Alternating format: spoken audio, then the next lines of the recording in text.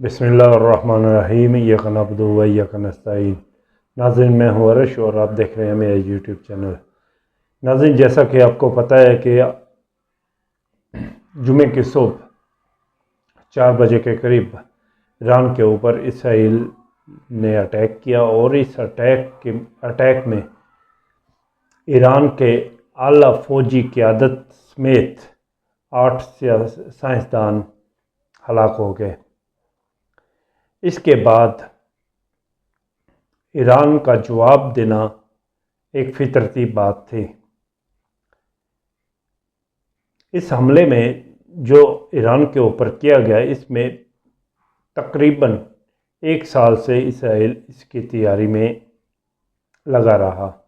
1 साल के बाद इसराइल ने अपने इस हमले को सर अंजाम दिया। इस हमले से पहले ईरान के अंदर इसराइल ने अपना ड्रोन्स का एक खुफिया बेस बनाया जो इसराइल के हमले के साथ ही एक्टिव कर दिया गया और इस बेस से ड्रोन उड़े और ईरान का तमाम दफाई सिस्टम जाम कर दिया गया। और इसके साथ तेहरान के अंदर मौजूद इसराइल के एजेंट, उन्होंने इस कार्रवाई में भरपूर साथ दिया और ठीक इंफॉर्मेशन इसराइल को मुहैया करते रहे, जिससे इसराइल इस हमले को सक्सेसफुली सर अंजाम देने में कामयाब हो गया। दूसरी तरफ अगर देखा जाए तो इस वक्त इसराइल के खिलाफ तकरीबन तमाम अरब ममालिक हरकत में आ चुके हैं और वो इस हमले की भरपूर मजम्मत कर रहे हैं।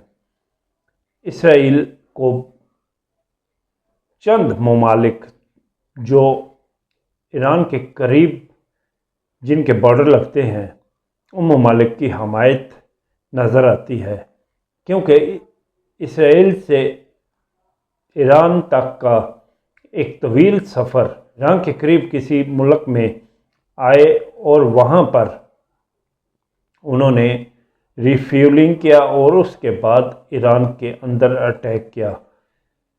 सोचने की बात यह है कि 200 के करीब इसराइली तैयारे इन ममालिक से गुज़र कर आए, जिनमें सऊदी अरब या दुबई कहा जा सकता है, उसके अलावा शाम, इराक, इन ममालिक से गुज़रने के बाद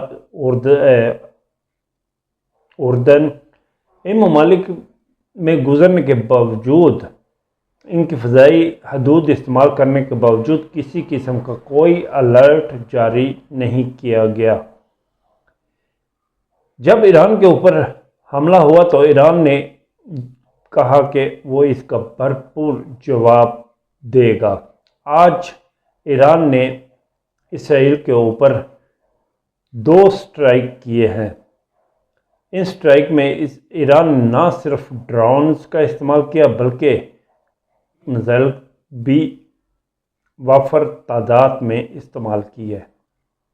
नाज़रीन, यहाँ एक बात बताता जाऊँ कि अलसुबह जो इसराइल ने अटैक किया उसमें इसराइल के 2 तैयारे गिराए गए और लेडी पायलट जो ईरान ने गिरफ्तार कर ली। अब ईरान का तमाम दफाई सिस्टम एक्टिव हो चुका है और उसने ना सिर्फ इसराइल के ड्रोन्स को गिराना शुरू कर दिया है बल्कि इसराइल की फ़ज़ाइया का भी भरपूर मुकाबला कर रहा है। उधर तल अबीब में देखा जाए तो वहाँ पे वक्फे से अलार्म बज रहे हैं और आवाम को हुकूमत के बनाए हुए शेल्टर्स में का कहा गया है और उस वक़्त तक बाहर ना आने का कहा गया है जब तक हुकूमत की तरफ से कोई पैगाम नहीं मिलता। नाज़रीन, ईरान में इसराइल का ये अटैक इतना बड़ा था कि ईरान की तकरीबन मिलिट्री के तमाम सीनियर अफसरान मारे जा चुके हैं और इसमें 8 साइंसदान जो एटमी साइंसदान थे उनको भी टारगेट किया गया है। और ये کام اس وقت تک ممکن نہیں ہو سکتا تھا جب تک ایران کے اندر موجود میر جعفر اور میر صادق اسرائیل کے ساتھ نہ مل جاتے۔ اس کے ساتھ ساتھ ایران کے ہمسائے ممالک میں بھی ریڈ الرٹ جاری ہو چکا ہے، جن میں پاکستان میں بھی اس وقت ریڈ الرٹ جاری کر دیا گیا ہے اور پاکستان میں تمام ایٹمی تنصیبات پر طیاروں کا گشت جاری ہے۔ کہا جا رہا ہے کہ پاکستان کو کسی قسم کا کوئی خطرہ نہیں، لیکن اس کے باوجود جیسا کہ ایران میں ریڈ الرٹ جاری ہے، ویسے ہی پاکستان میں بھی اس وقت ریڈ الرٹ جاری کر دیا گیا ہے۔ پاکستان کی حکومت کی طرف سے اسرائیل کی بھرپور مذمت کی گئی ہے۔ اگر امریکہ کے صدر ٹرمپ کی طرف دیکھیں تو پہلے انہوں نے کہا کہ ان کا اس حملے سے کوئی کسی قسم کا تعلق نہیں، لیکن بعد میں انہوں نے کہا ہے کہ امریکہ نے اسرائیل کی مدد کی